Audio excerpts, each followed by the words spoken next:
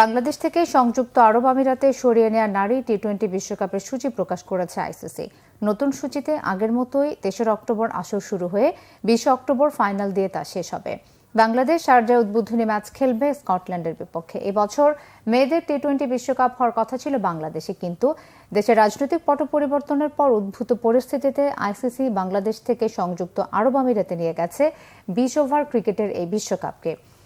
পরিবর্তিত সূচিতে বিশ্বকাপের শুরু ও শেষের তারিখ আছে আগের মতোই, যা ৩ অক্টোবর শুরু হয়ে ২০ অক্টোবর ফাইনাল দিয়ে শেষ হবে। তবে কিছু ম্যাচের দিন তারিখ অদল বদল হয়েছে। মূলত কোন ভেন্যুতে কোন ম্যাচ হবে সেটি ঠিক করেছে আইসিসি।